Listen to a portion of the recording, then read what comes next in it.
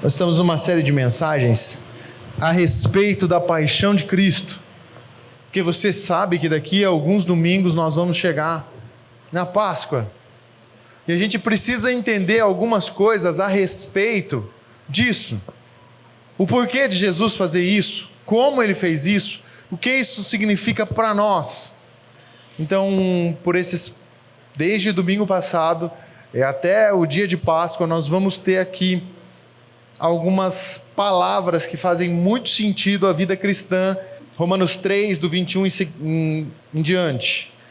Mas agora se manifestou uma justiça que provém de Deus, independente da lei, da qual testemunham a lei e os profetas. Justiça de Deus mediante a fé em Jesus Cristo, para todos os que creem, não há distinção, pois todos pecaram e estão destituídos da glória de Deus, sendo justificados gratuitamente por sua graça, por meio da redenção que há em Cristo Jesus. Palavra do Senhor. Vem Espírito Santo sobre nós, trata os nossos corações. Nessa noite nós decidimos que o Senhor é o Deus da nossa vida e teremos esse tempo para que o Senhor fale conosco. Obrigado por essas canções que nos lembram quem Tu és e o Teu amor pela nossa vida. Agora fala conosco, Espírito Santo, e nos trata o coração para que possamos nos aproximar do Senhor. Se houver alguma dor, alguma ansiedade, alguma angústia, algo que está fazendo o Seu povo sofrer agora, tira isso de nós, traz a cura, traz a restauração, traz a paz, para que a gente possa experimentar o Teu amor. Por favor, Senhor, venha até nós, em nome de Jesus, amém, amém. Você pode se sentar, por favor. Essa série de mensagens sobre a paixão de Cristo, ela vem trazer para nós o significado de algumas palavras que estão no contexto da vida cristã e que nós precisamos entendê-las. Elas são muito importantes para que a gente saiba onde está a nossa fé e o que é que nós estamos fazendo. Domingo passado nós falamos sobre expiação, propiciação, a respeito do amor de Cristo. Hoje eu vou dar uma retomada, uma revisão, para a gente seguir por uma nova palavra. E essa palavra é justificação, ok? Mas vamos entender o porquê que nós estamos falando da paixão de Cristo. Por que essa expressão, de certa forma adotada e apaixonadamente trazida da Igreja Católica, e hoje quando a gente fala paixão de Cristo, a gente logo se lembra disso, ela faz referência ao que Cristo está fazendo pelas nossas vidas. E é um termo que eu quero tratar durante todos esses domingos com vocês. Mas para a gente entender, a gente volta lá no começo do mundo. Então, Deus vai lá e cria o homem. Coloca o homem no jardim, faz o mundo para o homem. E tudo era perfeito. Tudo era muito bom. E Deus e o homem viviam em harmonia. E tinham um relacionamento, viviam muito bem juntos. Deus visitava Adão, Deus falava com Adão, Deus tinha tempo com eles, e era algo perfeito. E é algo que eu preciso dizer para você, que Deus criou o homem perfeito, e o homem não tinha pecados, o homem era puro, o homem era justo, não havia falta no homem. Éramos a imagem e semelhança de Cristo. Pois bem, o que aconteceu com essa harmonia? Ela foi quebrada, porque o pecado entrou. E quando o pecado entrou, houve um rompimento disso, e uma inimizade entre Deus e o homem. E Deus poderia muito bem dizer: eu vou acabar com tudo isso. O homem não merece. Mas Deus, na sua imensa misericórdia, decide restaurar essa união, esse relacionamento. Então, Ele precisa fazer com que aconteça algo que Ele mesmo disse a respeito da sentença do pecado. E o irmão Marcelo vai ler um texto para mim, em Gênesis 2,17. O que diz, Marcelo? Mas da árvore do conhecimento do bem e do mal, dela não comerás, porque no dia em que dela comeres, certamente morrerás. Se o homem desobedecesse, e a gente tem a essência do pecado, que é a desobediência, o homem desobedece, come do fruto do conhecimento do bem e do mal, e agora está imposto uma sentença: certamente morrerás. Uma conjunção de palavras, infinito constructo, que é algo que com certeza vai acontecer. Certamente você morrerá. Então, a partir de agora, o homem morre. A partir de agora, o homem já não está mais legal. E o que isso tem a ver, Mateus? Para haver uma restauração, para haver um religamento, precisa haver derramamento de sangue, a morte. E daí a gente tem na Bíblia algumas histórias a respeito de sacrifício. E você bem certamente sabe disso. Em que as pessoas pegavam animais puros, cordeiro puro, sem mancha, sem quebradura, um animal perfeito, e levava, e esse animal era sacrificado. Qual é o objetivo disso? A morte desse animal inocente leva os pecados daquele homem naquele momento. Você entendeu o que está acontecendo? Um animal puro é morto, o seu sangue é derramado para que o seu pecado se encerre. Aquilo que Deus fala sobre certamente morrerás, agora é trazido e está sobre a vida desse animal. Pô, Mateus, mas aí é muito bom, porque eu peco e o animal morre.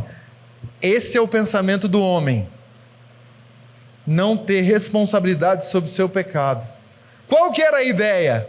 Ao ver aquele animal inocente morrer, tinha-se que estar constrangido, tinha-se que formular um novo sentido de vida. O meu pecado está trazendo morte para alguém que é inocente, mas o homem não consegue viver isso. E os sacrifícios, eles começam a se tornar uma rotina.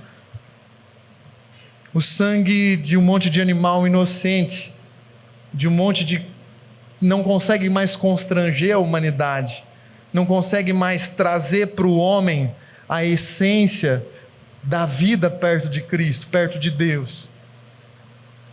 E se vocês bem se lembram, no domingo passado eu disse que em certo dia Jesus entra no templo e o pessoal está comercializando os animais para o sacrifício, e ele fica muito bravo e começa a derrubar as mesas, e enfim, ele fica muito chateado com aquilo, porque o homem perdeu a essência do que era o sacrifício, e agora esse sacrifício está todo deturpado. Então Deus, mais uma vez, com a sua misericórdia, decide cuidar mais uma vez dessa situação, e agora ele vai fazer um sacrifício suficiente, e a palavra é definitivo, que cabe muito bem.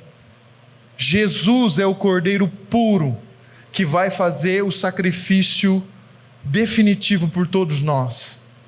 Deus faz questão de trazer Jesus para a terra, fazê-lo viver como um homem, e aí ele vai passar por esse processo para que eu e você tivéssemos o perdão, nos reconciliássemos a Deus.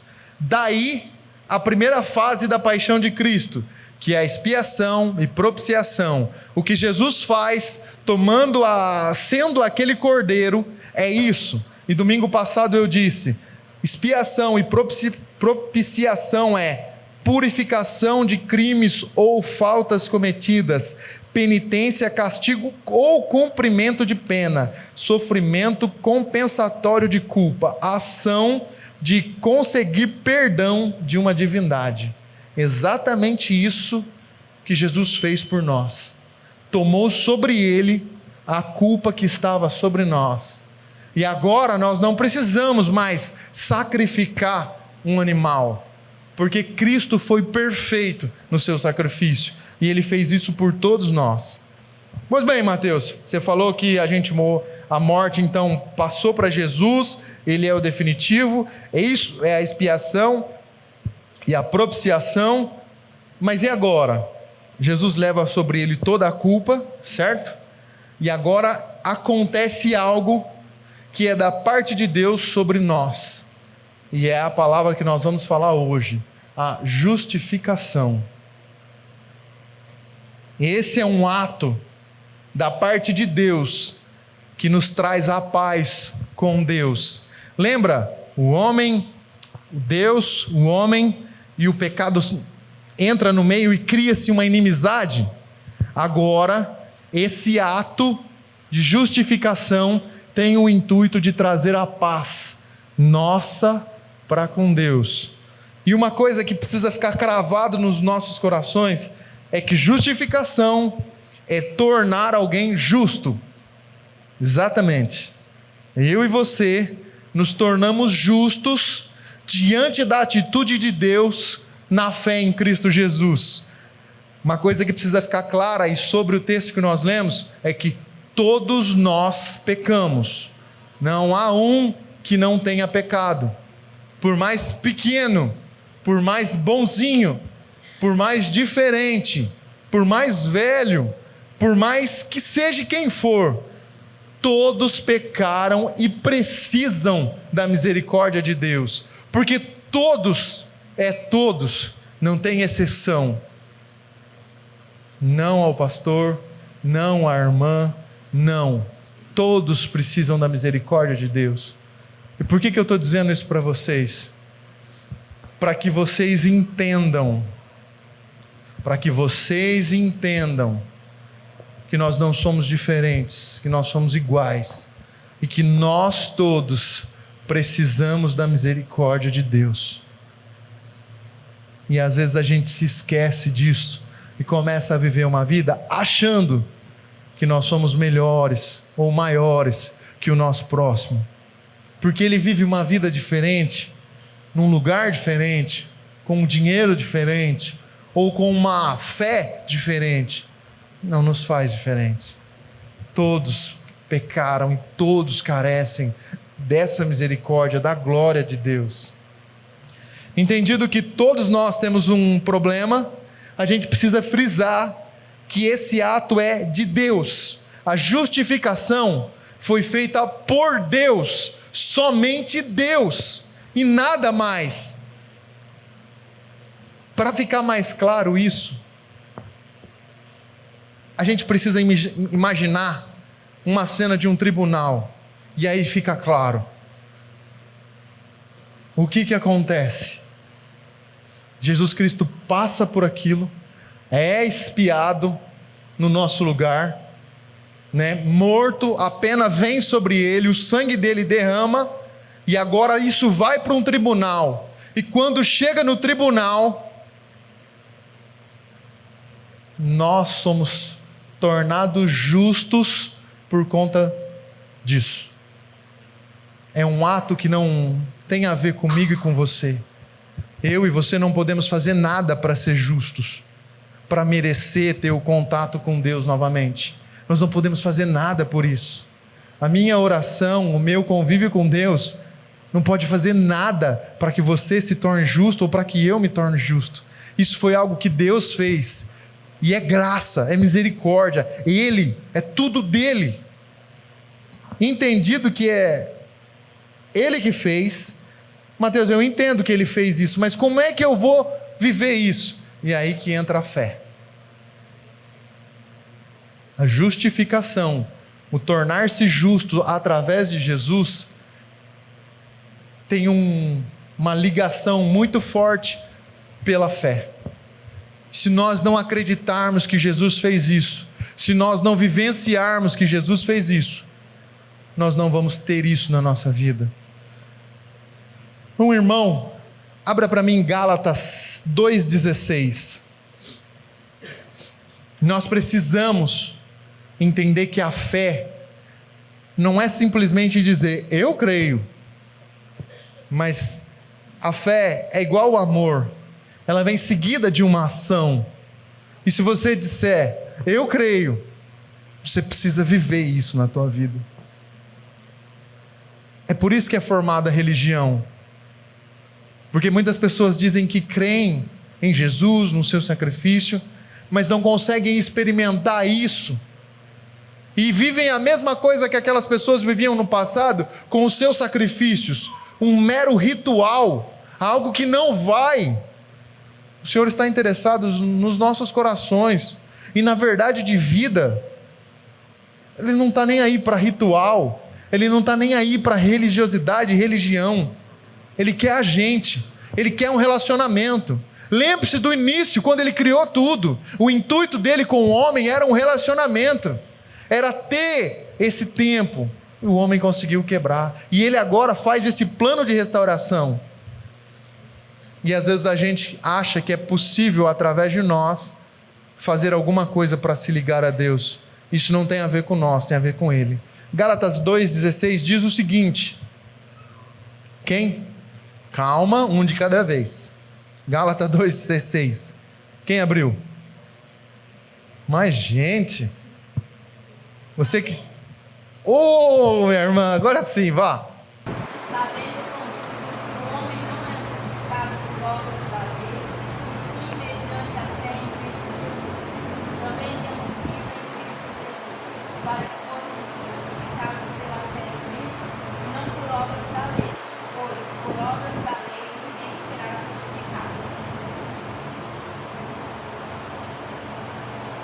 O tempo vai passando e a gente começa a achar que a gente é bom e pode fazer alguma coisa para merecer esse tipo de ação de Deus. Vocês se lembram de uma passagem de um jovem, o jovem rico? Se lembram disso? Um menino que chega aos pés de Jesus e diz o seguinte: bom, mestre, o que eu vou fazer para herdar a vida eterna? E Jesus diz: olha, você precisa honrar seu pai, você precisa fazer isso, fazer aquilo. O que diz a lei de Moisés? E ele fala: Senhor, desde a minha infância eu tenho feito tudo isso. E Jesus olha para ele, e tem um evangelho que diz: Jesus o ama naquele momento. E fala para ele: então vá lá, vende tudo que você tem, doe, e vem e me segue. E aquele menino levanta e vai embora. Sabe qual é o problema das pessoas? Elas acham que elas estão fazendo coisas, e essas coisas vão garantir a sua salvação. E não é isso. Vocês entenderam esse texto que a gente está falando? Aqui está falando exclusivamente da lei de Moisés, mas a obra está levando muita gente confundida para uma vida diferente do que Deus pede. Não adianta nós fazermos um monte de coisa, senão não vai nos levar para o céu. Não há obra que nos traga redenção e a ligação novamente com Deus, exceto o sacrifício de Cristo Jesus. É só isso que nos liga. E esse foi um dos problemas que os reformadores enfrentaram. Vocês se lembram quando nós tratamos aqui sobre os 5 solas, e nós ficamos um tempão estudando sobre isso? Somente a fé, sola fide. Vocês se lembram disso? É só pela fé, é a única coisa que nos cabe, e isso ainda vem de Deus que nos coloca. Entenda você que isso é um ato de Deus, e que nada do que eu e você fizermos pode nos levar à salvação, à justificação. É só um ponto que eu queria colocar aqui, e isso é fato. As obras não vão te salvar. A caridade, a misericórdia, a doação, o seu tempo, isso não vai te salvar. Mas um fato é que as pessoas que são salvas, que as pessoas que são justificadas, que entendem a expiação de Cristo Jesus para a sua salvação, essas pessoas vivem em amor e amam o próximo como amam a si mesmo. Essas pessoas vivem uma vida de misericórdia. Essas pessoas amam a doação. Essas pessoas amam o auxílio. Elas doam o seu tempo. Isso é uma marca daqueles que são salvos. Mas não confunda o lugar e o papel. Doação, amor, obras, isso não salva ninguém. Quem salva é Cristo e o amor dele. Diante disso, gente, eu quero ler 2 versículos para a gente encerrar hoje aqui. Essa pequena palavra que é muito importante e é a base da vida cristã, a justificação.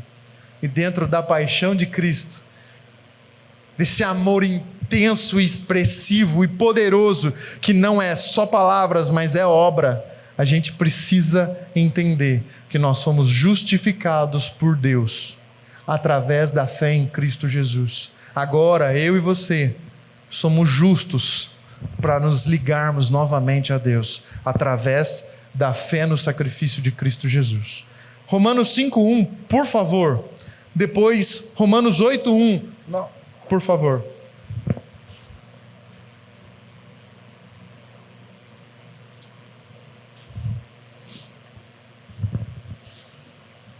Romanos 5:1. Quem vai ler?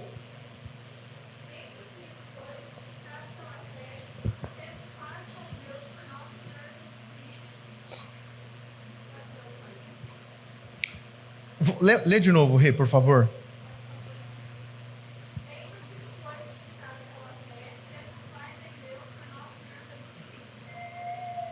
Leu 2, irmã Regiane.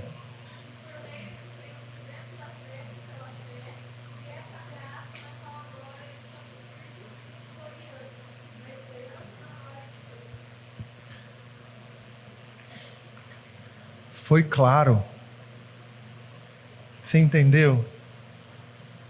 Agora nós somos justificados. Agora nós podemos nos ligar novamente a Ele. O próximo texto diz o seguinte, Romanos 8:1.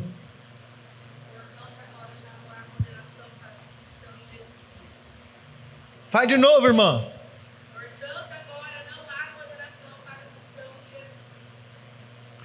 Porque Ele foi a expiação.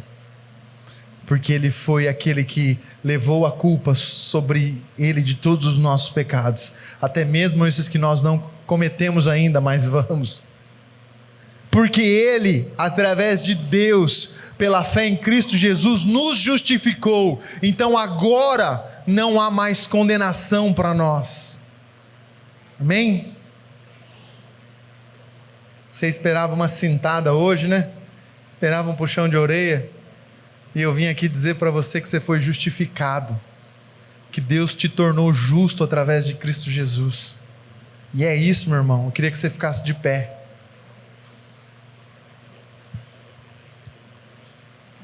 Bom.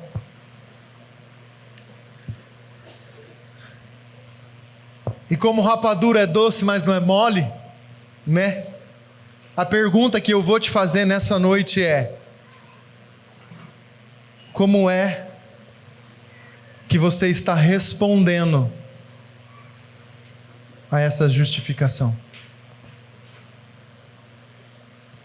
Como é que você está respondendo a justificação de Deus na sua vida, através de Cristo Jesus?